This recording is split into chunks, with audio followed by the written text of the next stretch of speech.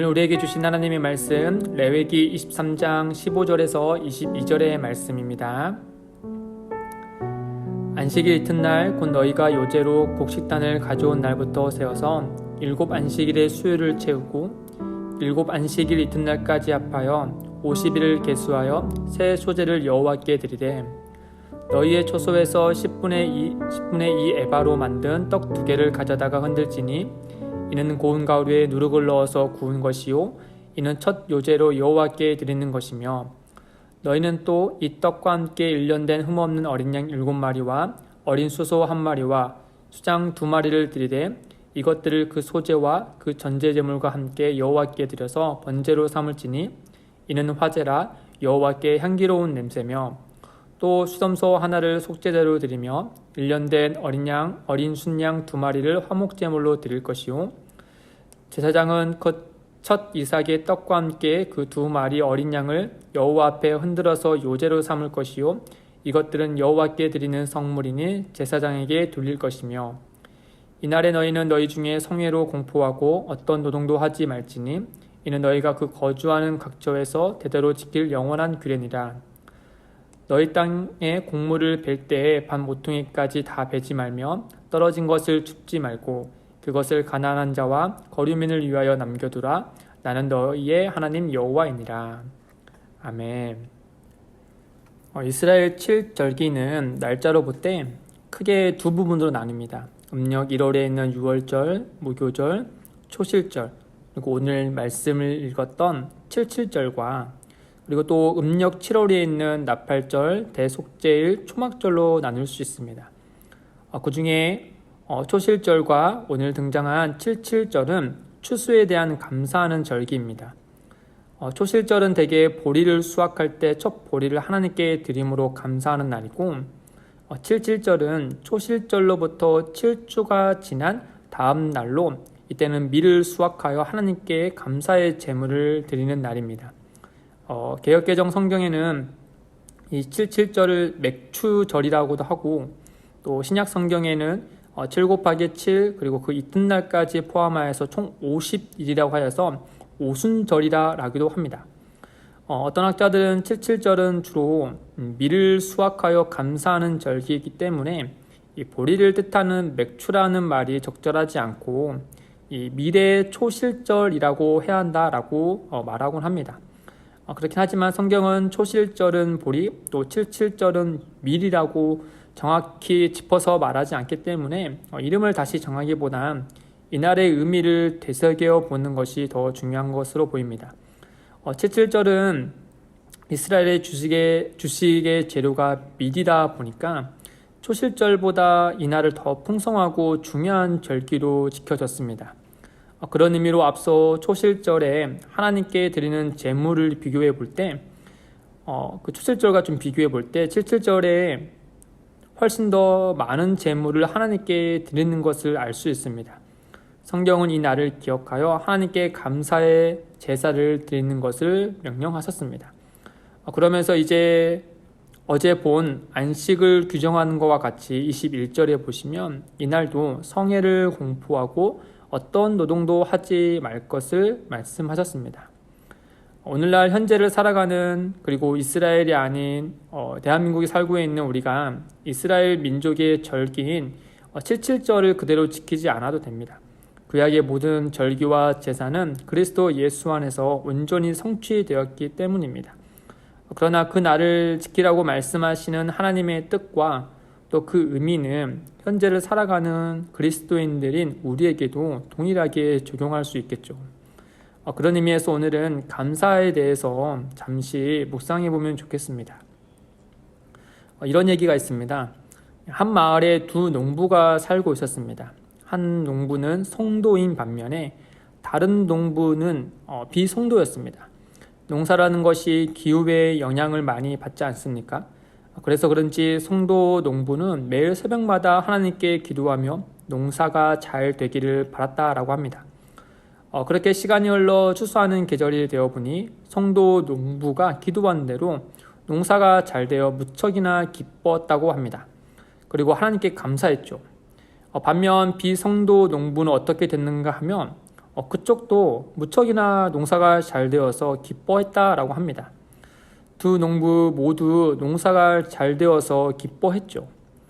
그렇다면 기도한 성도는 농사가 잘 된 것이 하나님께서 응답해 주셨기 때문일까?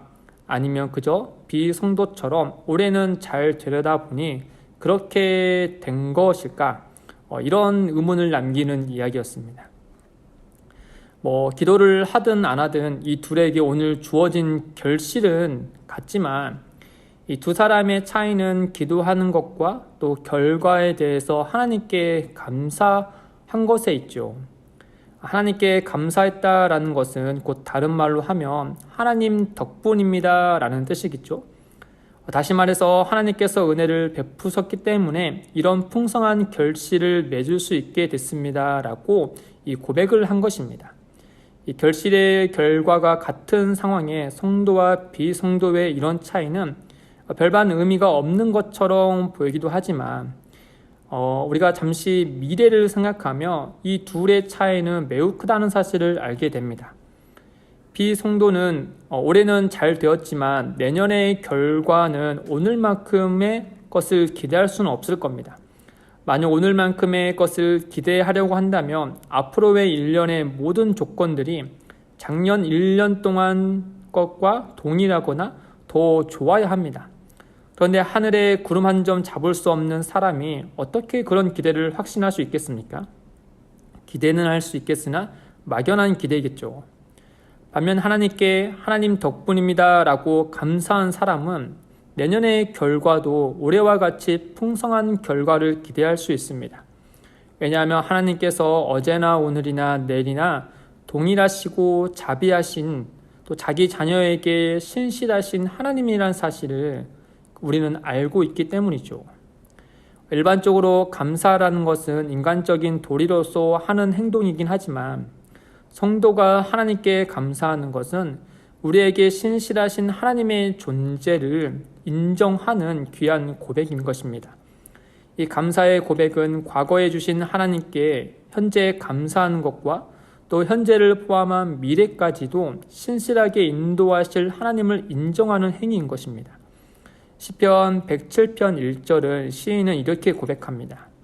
여호와께 감사하라. 그는 선하시며 그 인자하심이 영원함이로다. 이렇듯 하나님께 감사하는 자만이 누릴 수 있는 유익은 신실하신 하나님 안에서 내년 또 미래를 기대할 수 있다는 점입니다. 다시 오늘 말씀으로 다시 돌아와 보면 레위기의 이 말씀을 처음 듣는 독자들은 광야에 있는 이스라엘 백성들입니다. 광야는 농작물이 자랄 수 없는 곳이죠. 그들은 아직 가나안 땅에 들어가지도 않았습니다. 각각 터전을 닦을 곳도 보지 못한 상태입니다. 그런데 하나님께서 가나안 땅에 들어간 이후에 이러한 절기에 대한 말씀을 하시는 것이 아니고 광야에 있을 때 이렇게 말씀하신 이유는 무엇일까? 그 이유는 하나님은 언제나 신실하신 분이라는 것과 가나안 땅에 들어간 이후 미래의 삶을 하나님께 맡길 수 있도록 앞서서 경험시키기 위함이죠. 아마 그 이유를 이스라엘 백성들이 훗날 가나안 땅에 들어가 땅을 갈고 씨앗을 뿌리고 첫 수확을 할 때 알게 됐을 겁니다. 현재의 모든 것이 하나님의 은혜임을 감사하면서 말이죠. 과거에 하나님께서 광야에서 말씀하신 대로 현재 젖과 꿀이 흐르는 땅이 자신들에게 풍성한 수확물을 주는 것을 보니 신실한 하나님께서 앞으로도 과거에 해주셨던 것 같이 영원히 풍성한 열매를 거두게 하신다는 그 사실을 깨닫게 된 것일 겁니다. 사랑하는 성도 여러분, 감사는 과거와 현재 주신 하나님의 은혜에 대한 도덕적인 표시일 뿐 아니라 미래에 대한 하나님의 신실하심에 대한 기대의 고백입니다. 혹시 미래에 대해 걱정과 근심이 가득한 분이 계십니까? 지금 하나님께 감사하시길 바랍니다. 과거에 주신 하나님의 은혜를 기억하고 감사하시길 바랍니다. 현재도 늘 함께 동행하시는 하나님을 경험하며 감사하시길 바랍니다. 그렇게 우리가 하나님께 진실하게 감사하는 거룩한 습관을 갖게 될 때 현재와 미래에 대한 자유한 마음으로 하나님을 기대하며 살아갈 수 있게 됩니다. 더 나아가 이렇게 감사할 때 이스라엘 백성들이 22절의 말씀처럼 바닥에 떨어진 곡식을 줍지 않고 가난한 자와 거류민을 위하여 남겨둘 수 있는 것처럼 우리 또한 하나님께 진심으로 감사할 때 하나님 덕분에 은혜로 살고 있는 우리도 이웃을 위해 도움의 손을 내밀 수 있게 됩니다. 우리의 도움을 받은 그들은 우리에게 감사할 것이고 그 감사는 우리를 통하여 역사하시고 은혜의 원천이신 하나님께 영광으로 올려질 것입니다. 오늘 하루 주님 안에서 거하시면서 감사에 대해 묵상하시길 바라고 하나님과 이웃에게 감사의 표시를 하시는 데 이르기까지 그 은혜가 여러분 가운데 아름답게 이루어지도록 주님의 이름으로 축복드립니다. 기도하겠습니다. 하나님 아버지, 우리에게 주어진 모든 것이 하나님의 은혜임을 진실하게 고백하며 감사드립니다. 하나님, 우리의 과거를 생각할 때 모든 것이 다 하나님의 은혜라는 것이 명백함에도 불구하고 하나님께 감사하지 못한 것들이 생각이 납니다. 우리의 감사하지 못한 어리석음을 용서해 주시고 날마다 하나님께 감사하는 삶이 되게 인도하여 주옵소서. 주님, 우리 교회 안에 감사의 이야기들이 넘치기를 원합니다.